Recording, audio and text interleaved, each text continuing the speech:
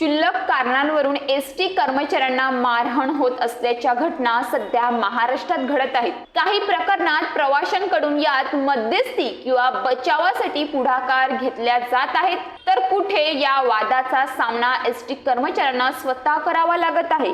काही ठिकाणी एसटी महामंडळाचे चालक आणि वाहकांची सुद्धा चूक असते, त्यामुळे अशा घटना घडत असतात। वाहक चालकांना प्रवाशांची बोलण्याची पद्धत नसते। महामंडळाच्या बसेस नेहमीच भरदा वेगाने असतात, त्यामुळेच कित्येक अपघात नेहमीच घडत असतात। गेल्या आठवड्यात यवतमाळ ते अमरावती जात असलेल्या एसटी चालकाने हॉर्न का वाजवला म्हणून बस रस्त्यात अडवून 4 तरुणांच्या टोळक्याने वाहकाला मारहाण केली। नुकतीच जालना ते संभाजीनगर मध्ये जात असलेल्या एसटी मधील वाहकाला फुकट प्रवास करू देत नसल्याच्या कारणावरून मारहाण झाली। गेल्या आठवड्यात सोलापूर जिल्ह्यात अक्कलकोट तालुक्यात सुट्ट्या पैशाच्या वादातून महिला प्रवाशाने महिला वाहकास मारहाण केली। या सर्व घटना समाज माध्यमांवर चांगल्याच व्हायरल होत आहेत। अशा प्रकारांना रोखण्यासाठी विशेष कायदा अस्तित्वात यावा, जेणेकरून राज्य परिवहन महामंडळाच्या कर्मचाऱ्यांना संरक्षण मिळेल, अशी मागणी जोर धरत आहे।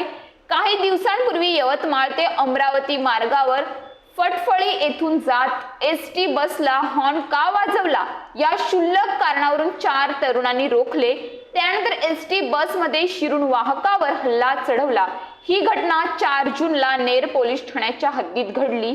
हा सर्व घटनाक्रम समाज माध्यमांवर चांगलाच व्हायरल झाला आहे।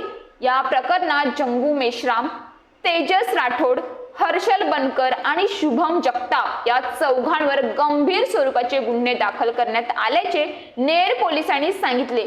परंतु अशा प्रकारचे हल्ले परत होणार नाही, यासाठी प्रशासनाने गंभीर पावले उचलावी आणि कायद्यात ठोस तरतूद केली जावी, अशी मागणी राज्य मार्ग परिवहन महामंडळातील चालक वाहकांनी केली आहे। नेर येथे 4 तरुणांनी भर रस्त्यात एसटी बस अडवून चेहऱ्यावर प्रचंड हिंसा आणि अश्लील शिवीगाळ करत वाहकाला मारहाण केली। वाहकाने आपल्या बचावासाठी त्यांचा हल्ला धुडकावून लावला।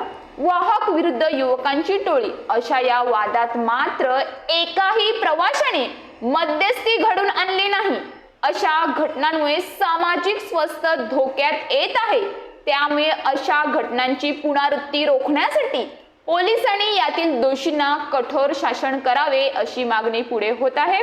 राग कोणतीही असो, त्यात एसटी महामंडळाचा कुठलाही संबंध नसताना लोकांना राग व्यक्त करण्यासाठी एसटी बसच दिसते का, असा सवाल महामंडळ कर्मचाऱ्यांकडून विचारला जात आहे। पण कधी कधी वाहक चालक हे सुद्धा स्वतःचा पर्सनल राग हा प्रवाशांवर काढत असतात। अशा कित्येक घटना घडल्या आहेत। आंदोलन मोर्चे निषेध नोंदवण्यासाठी एसटीची जाळपोळ किंवा तोडफोड केली जाते। आता तर थेट एसटी कर्मचाऱ्यांवर हल्ले होत आहेत।